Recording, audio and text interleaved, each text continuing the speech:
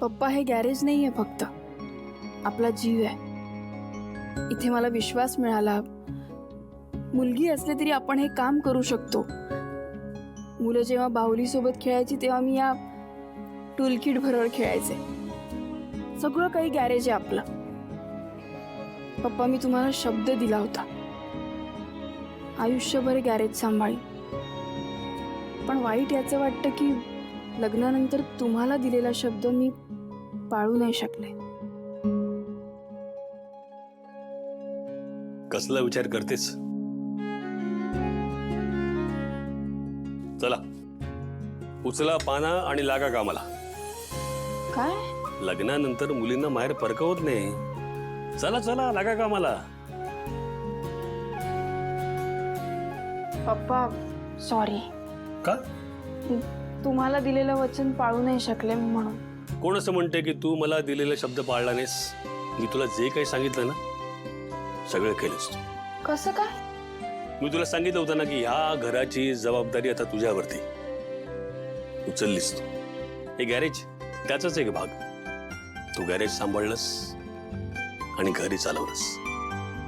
जेव्हा जेव्हा वेळ आली तेव्हा तेव्हा ह्या घरासाठी तू उभी राहिलीस. शिवा, अगं बहिणीच्या लग्नासाठी काही नाही केलंस तू. पण दिव्याला त्याची जाण नाही. पण या घराचा मान राखण्यासाठी तू लग्नासाठी उभी राहिलीस. शिवा, मला खरंच अभिमान वाटतो. मी शिवाचा बाप आहे.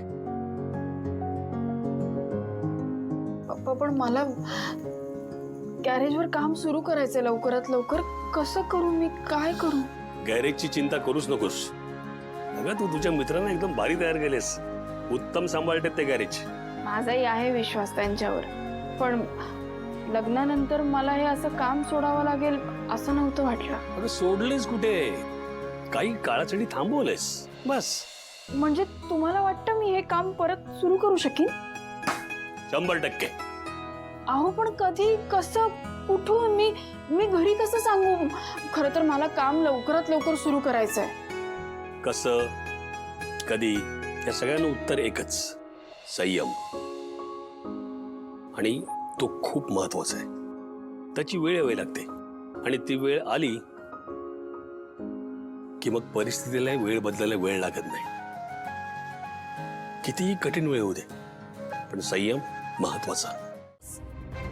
अरे वा, मग तू पण कधीतरी लक्षात ठेव. तुम्हाला सगळ्यांना त्रास होतोय का? ठीक आहे, मग आपण जायला नको. मी त्यांना फोन करून सांगतो आम्ही काही येत नाही आहोत तुमच्या घरी, नाही का? ठीक आहे. भाऊ, काय बोलताय तुम्ही? वाईट वाटेल त्यांना. नाही नाही लक्ष्मण, तिथे जाऊन ना मला असं वाटतं की आपण त्यांचा अपमानच करणार आहोत. त्यामुळे त्यांचा जर अपमान करायला आपण तिकडे जाणार असू ना तर मला हे चालणार नाही.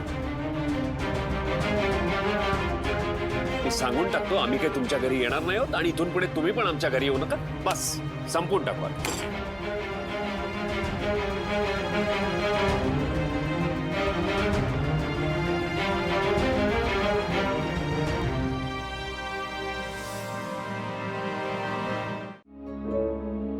तुम्हाला माहिती आहे ना लग्न कोणत्या कंडिशन मध्ये झालं.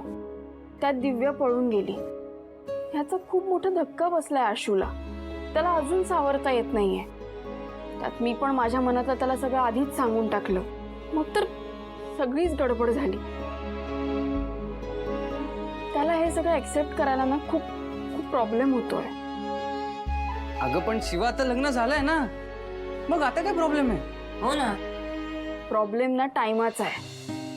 कसं असतं की आपल्या आयुष्यात एक माणूस आधी असतं, नंतर अचानक भलतं माणूस येतं, तेही माझ्यासारखी मुलगी. तर वेळ लागेलच ना. हे बघा, मला वाटतंय त्याला त्याचा वेळ दिला ना की होईल सगळं नीट. मला खात्री आहे. चला आता, आशू उठला असेल, मी जाते.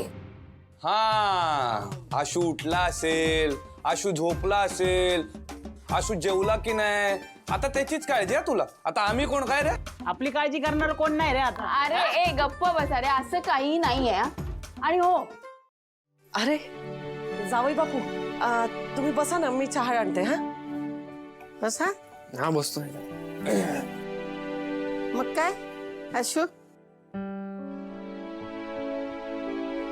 झोप झाली का?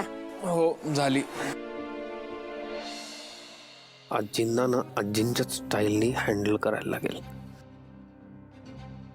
खूप गाढ झोप लागली. म्हणजे मी डायरेक्ट सकाळी उठलो जे रात्री झोपलो ते. शिवा मी व्यवस्थित झोपलो ना? मी गोरलो बिरलो नाही ना? नाही. जाऊ बाबा चहा. थँक्यू. बिस्किट बी घ्या की. हे बघा, आता लग्नाचे समदे इदी झालेत का नाही, गोंधळ झाला, समद काय झालेलं आहे. आता पाळणा लवकरात लवकर हलायला पाहिजे. काय म्हणजे आता हाय का म्हणजे नात पंटी पंटू जे काय असल ते लवकरात लवकर बघायचंय आमासने. हा, आणि ते बघितल्या बिगर डोळे मिटणार नाही. मला सोन्याची फुलं उधळायची आहेत. आजी तू काही काय बोलते का सकाळी सकाळी? हे असं काहीतरी बोलू नको, आधीच सांगते.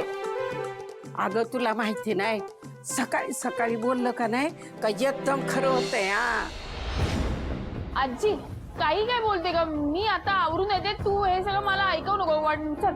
अगं असं काय?